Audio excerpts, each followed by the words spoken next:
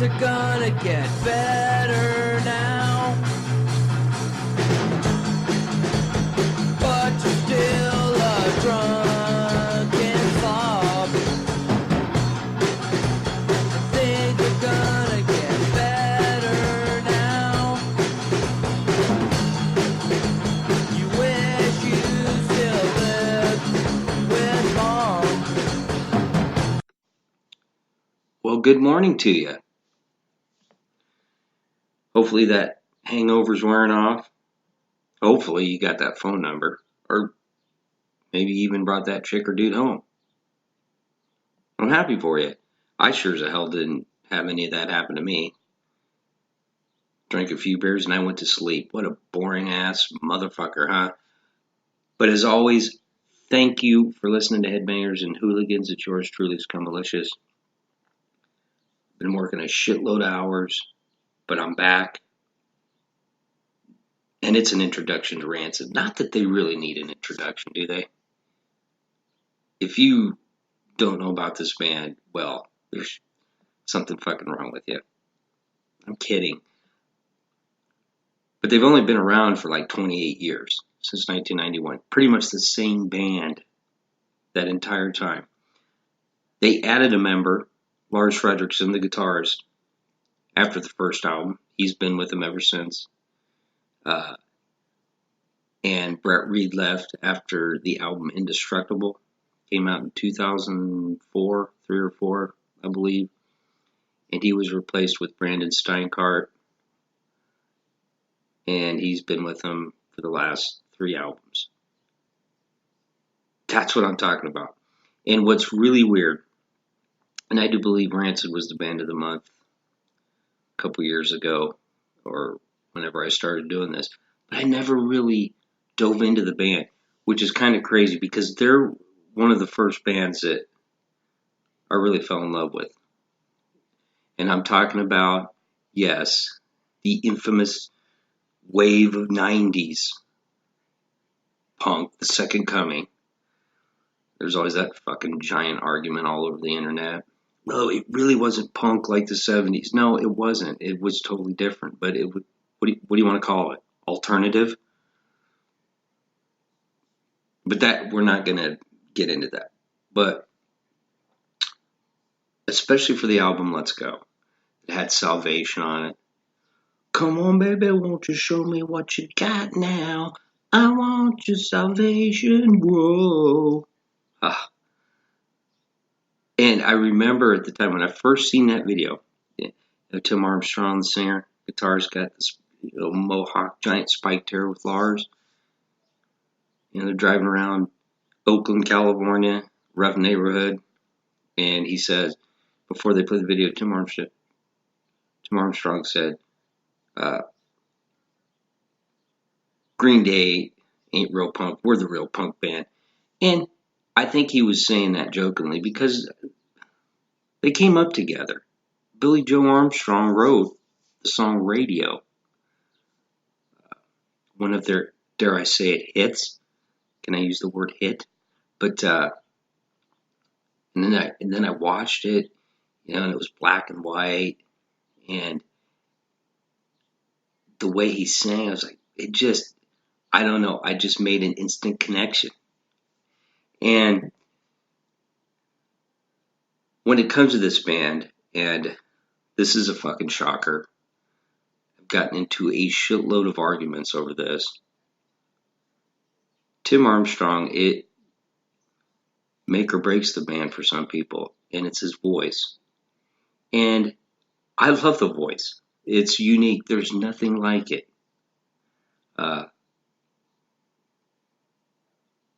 Which I think is a pretty cool thing. And this is what I always say. Well, okay, that's fine. You don't like it? Well, then just go grab another guy and make him the singer. The same fucking singer we heard in 100,000 fucking bands through that time period, through the 90s, early 2000s, the same guy that sang for fucking Yellow Card and Newfound Glory and name the band. And I'm not ripping on those bands if you're a fan of those bands. I didn't listen to them. But that's what it was. Every fucking singer sounded the same. So go grab a guy like that, or you can have somebody unique. And to me, he's unique and just down to earth. When you hear him in his interviews, just a cool dude, you know. And fuck that guy from what was his name? Josh Homme. You know what I'm talking about? The guy that sing. I can't even remember the name of the fucking band now, which is terrible. But he punched Tim Armstrong over that Brody bitch that sings for the Distillers. You know, it's like, why would you? Fuck you. Which, after reading a bunch of interviews with that guy, I kind of like him now, which is fucked up. But he'll be punching Tim Armstrong. But I really do like his voice, and I think he's a hell of a songwriter. And to me, that's what really matters. Something different, something unique, and can write songs that stick in your fucking head for 3 decades.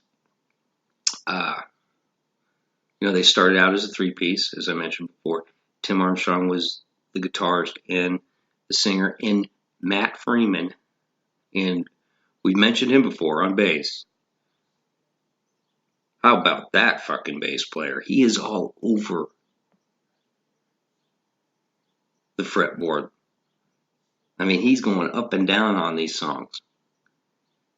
Very unique. And his voice is fucking amazing. It's like the Cookie Monster, but not growling. Okay, we're not talking death metal. We're talking. He actually tries to sing. It's so fucking great when he sings, and he doesn't sing a ton. As far as him being the lead vocalist, he does a lot of backup vocals throughout their discography. But when he's the main vocalist, very, very cool in my book. It changes it up. That's what I like about Rancid, because Lars will sing some songs, and then Tim, and then Matt Freeman. How can you not love that? Something different. That first album, the first album I purchased was Let's Go. And Let's Go is in my top 50 of all time, of course. It's just hard to top that for me. But, of course, I love that album. And let me tell you something. When I hear Let's Go, that entire album, it takes me back to a time, let's just say I was partying a lot. And not gonna lie, I wasn't sleeping a lot, but I was definitely enjoying life. And when I hear that album, boy, I'm right back there. And I'm looking around like, wait a minute, where's the strippers? Where's the prostitutes? No, there wasn't prostitutes. There was only one back in 19. Okay, I'm just joking. But after falling in love with that album, seeing the video for Salvation, as I mentioned before, buying that album and just loving every fucking song, him and Lars singing these fucking songs together, it's like, okay, I gotta get the first one. And it's a little more of a rougher recording, but it's still Rancid, right? And I love the song Detroit. The bass line is so amazing. The beginning of that song. And then the hyena, ride for the lion's share. But sometimes the lion's share ain't there. Hey, I can't sound like Tim Armstrong. Nobody can. But I was like, fuck, this is awesome. And then Out Come the Wolves comes out, and that's when Rancid really takes off, right? We got Time Bomb, name all the songs. Ruby Soho, Ruby Soho, which is actually one of my least favorite songs on the album. Not saying it's a terrible song. And I posted this on the page the other day. Journey to the end, to the end, to the end. I fucking love that song. I love the bass at the beginning of that. I know the guitar part's simple. I don't give two fucks. It's just, man, he came from far away, from New Orleans and into the East Bay. He said, this is a Mecca. I said, this ain't no Mecca, man. This place is fucked.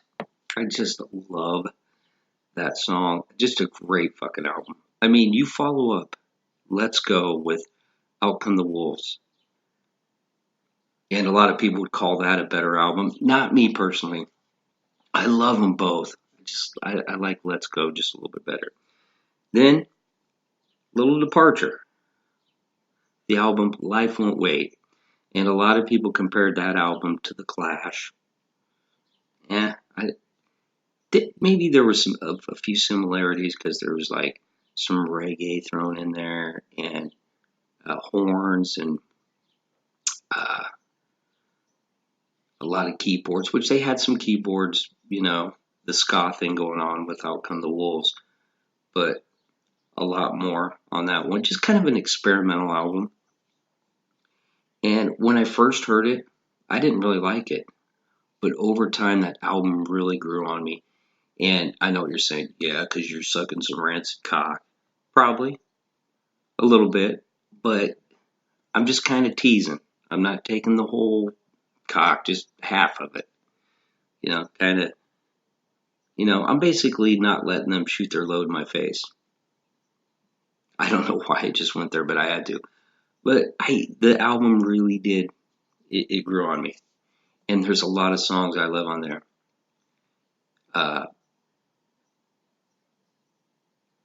It just, and when I think about just the way that Tim Armstrong and Lars Frederiksen, when they, the way they do their vocals, it really always makes for an interesting album to me because of that dynamic. And then you throw in, like I said, every once in a while, Matt Freeman, because same singer every song, you just kind of get used to it. And that's how a lot of the shit works, right? Most bands just have that main lead singer, and hey, if he's a good singer, like, okay, that's cool. But it just makes it a unique thing when you have these different guys involved in the vocals, right? That can't be a bad thing, not to me, especially when it comes to punk rock. Just my opinion. All right. And then we get into the self-titled. So after Life Won't Wait, they decide to kind of get heavy again, so to speak. And the self-titled Rancid. To me, and it's my least favorite album from them. And it does. It punches you right in the face. They have the one song where it talks about California fucking falling into the fucking ocean. Kind of like that song. And I love their version way better than Fat Mike's version with no effects. Just thought I'd throw that in there. And here's another thing I want to throw in there while I'm thinking about it before I forget.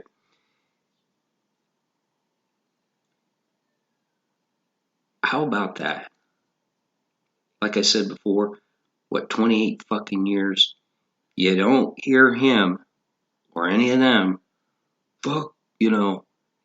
fucking posting shit on Facebook about politics. And I know that a lot of punk rock is based on politics. I get it.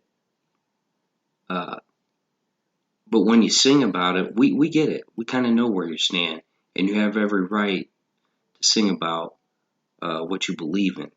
But we don't need it pounded down our throats, especially this day and age. We really don't. Every fucking conversation we get into, someone's got to bring in fucking politics. There's another post on Facebook the other day about Game of Thrones, and someone wrote, well, the ending was a lot like Trump. Oh, for fuck's sake. You can bitch about that show. Just leave politics out of it. Please. I'm begging. All right? I'm about ready to give out free hand jobs if you don't bring up politics, which is pretty fucking scary. But, And you hear in a lot of their songs, especially the ones that Tim writes, the union man, the working man, soldiers. I just respect that, you know. And I don't know what he is. He could be libertarian. He could be conservative, liberal. Doesn't matter. Uh, they're just Rancid has always stayed true to who they are. Yeah, and they've been a little more popular at times. You know, especially in the early days, they were fucking big time. Not so much now, but that's what makes them fucking cool. Because they haven't changed for fucking nobody, right? That's what I'm saying. But anyway, so we got that self-titled, kind of hardcore. I say kind of hardcore, but it was just heavy, fast-paced, all that shit. Then we get Indestructible, which is Brett Reed, the drummer's last album. And from everything I've read, they left on good terms. I just think he was burnt out. They got popular again. MTV was still playing fucking videos back then. I know it's hard to believe, but you gotta realize that was about fucking 16 years ago. But Don't Fall Back Down, big song. I love the title track, Indestructible. Indestructible. Just really good album. Kind of a comeback album for me. All right. Some people like the self-titled because it was back to fast-paced Rancid with drums going 100,000 miles an hour. Life Won't Wait was just a little too much of a departure for him. But for me, this was a comeback album. Then we get Let the Dominoes Fall. Brandon comes in on drums, and I'm telling you, Last One to Die, I don't care what anyone says, that's a fucking... Last One to Die and East Bay Night. East Bay Night, East Bay Night. Those two songs alone are two of the best in Rancid's career, in my opinion. Tim's vocals, catchy little choruses. Just, I can't believe that it's really taken me this long to talk about this band like this. They are very important when it comes to these bands that I talk about so much. My bands, quotation marks. Then we get Honor Is All We Know. Solid album. Is it amazing? Some would say no. I like it though. I don't like it as much as some of the others, but it's still a solid album. And then their last album, full-length album, was Troublemaker 2017. And Troublemaker, you want to see why I love Rancid so much, get on YouTube. You can watch it. It's just them playing that entire album in a garage. No giant PA system. They got their amps, a couple loudspeakers, and just them jamming this whole fucking album, Troublemaker. And I like Troublemaker. I think it's kind of explains what Rancid is all about. It's a little bit of each thing that they do well. Got a little bit of ska in there. Lars sings a little bit. Tim sings a little bit. Matt sings a little bit. He's still doing all the crazy bass lines. Tim's doing his thing. Short, catchy songs. And that's who they are. They've never changed. Keep mentioning that over and over, but it's the truth. Yeah. And every album is up there on YouTube, but like I always say, go buy their fucking albums. Just like the Bouncing Souls, they're almost there. 3 decades. Okay? Still doing their thing. Touring from town to town. Ain't got a bunch of guys fucking doing all their shit for them. And they'll hang out with you after a show and sign your shit. Fuck yeah. And it feels good to talk about them. So, and I do have another show coming later today. Got some shit to do, but I'm coming back. I'm gonna do their greatest hits because Rancid definitely deserves a greatest hits album, courtesy of Scum Malicious, right? So there you go. All right, you know, how I'm gonna end it. Take it easy, and if it's easy, take it twice. I'm out.